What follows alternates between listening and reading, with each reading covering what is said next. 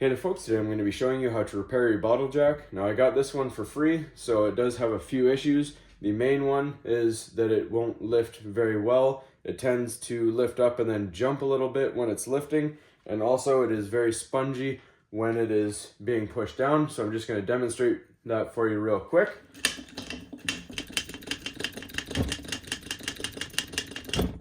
So as you can see, it jumps quite aggressively. Then when we push it down just with our hand, it has a lot of give to it. It's very spongy, as I said.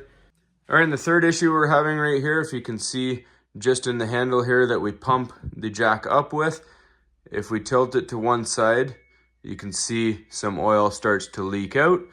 So I'm figuring that all three of these issues are related to one another. So we're going to show you how to get this thing fixed. So let's get you a better angle and get to it. All right, so the first fix that we're going to tackle here is the handle, because I suspect that there is a broken O-ring inside here causing this to leak, and it's also allowing air to get in every time we pump it, which will make this ram jumpy and spongy because there'll be air in the chamber. So let's go ahead and I'll show you. We're just going to dump this oil out quickly. If you look at the side of your bottle jack right there, you'll have an oil fill plug. You just want to take some needle nose pliers and pop it off there. Then we're going to dump it into a container. We're going to save ours because we'll be reusing it later. And you can give it a few pumps to help it drain out a little better.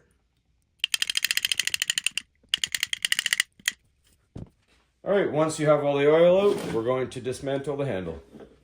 All right, so if we look at our handle here, we have two pins holding it together. One goes to the frame of it, and one goes to the little piston that pumps it. If we look on the other side of both those pins, they both have cotter pins. We're going to use a small angled pick to remove those. So I put that in the loop, and you can actually use the bottle part of the jack as leverage and pull it out. And we'll show you the other side. Same idea right here.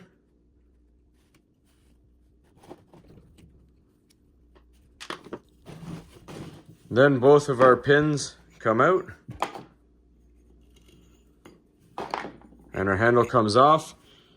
Then we take our piston right here. Just be prepared, a little excess oil might come out. And there is the O-ring right there, and as you can see, it is missing a portion of it. So we're going to try and get a size that fits from our O-ring kit and put it back on. All right, so I got this O-ring kit. It was only about 10 bucks. It was a great deal on sale at my local hardware store. So we're just going to take our old O-ring, and you hold it up to which one you figure fits the best.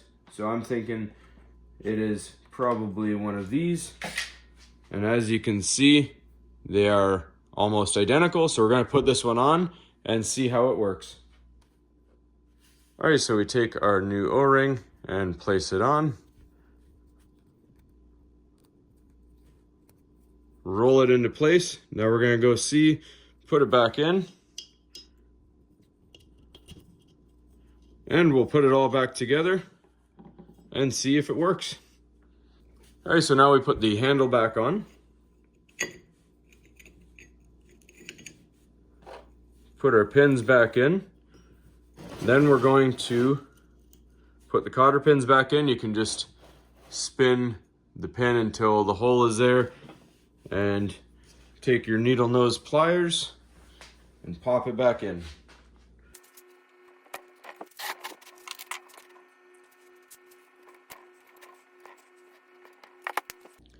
All right, so now we're going to take our bottle jack and we're going to place it on its side, and we're going to take our jack oil, and if you decide to get new oil, use jack oil. We're going to fill this up, and then we're going to prime it. So we're going to fill it up.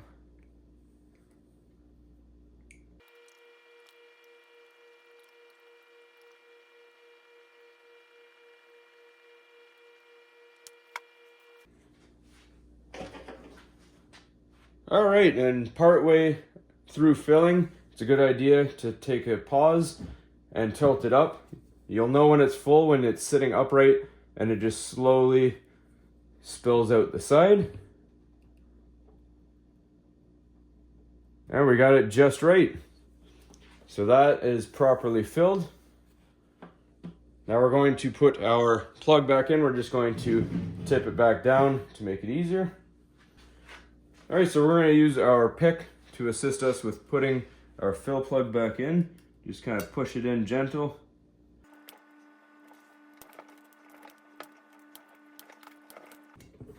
All right, so to bleed any air out of the ram once we've filled it with oil and put our fill plug back in, we want to make sure that our release valve here at the bottom is closed and tightened up. We're going to pump this all the way up, and then usually manufacturers recommend after it's reached full extension, pump it anywhere between 8 to 12 more times, and then that will push all the air up to the top. So we're going to go ahead and start pumping it up.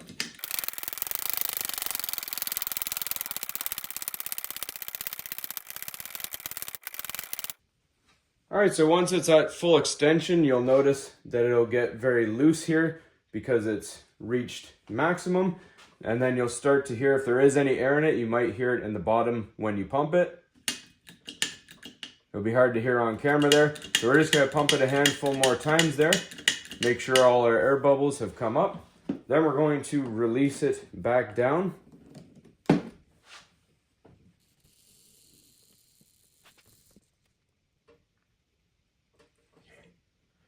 And now there's only a slight burp. There's still a little air in it. So we're going to tighten ourselves back up here. Go back to our fill plug here. Put your cloth because some air might pop out, which will possibly spit some oil out as well. Give it just a pinch.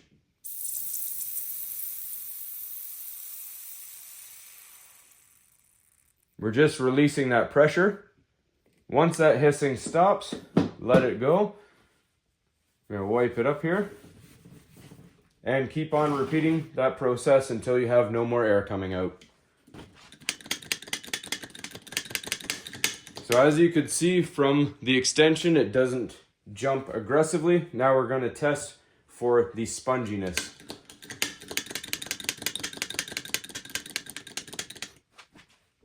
So as you can see, it is rock solid. And then if we look over here, I'm going to zoom into the handle and we'll give you a close-up of where that leak was. All right, so here we have it. It is a bit shiny because we did have that leak. However, remember, as we moved it side to side, oil would just pour out. Now, that is not the case.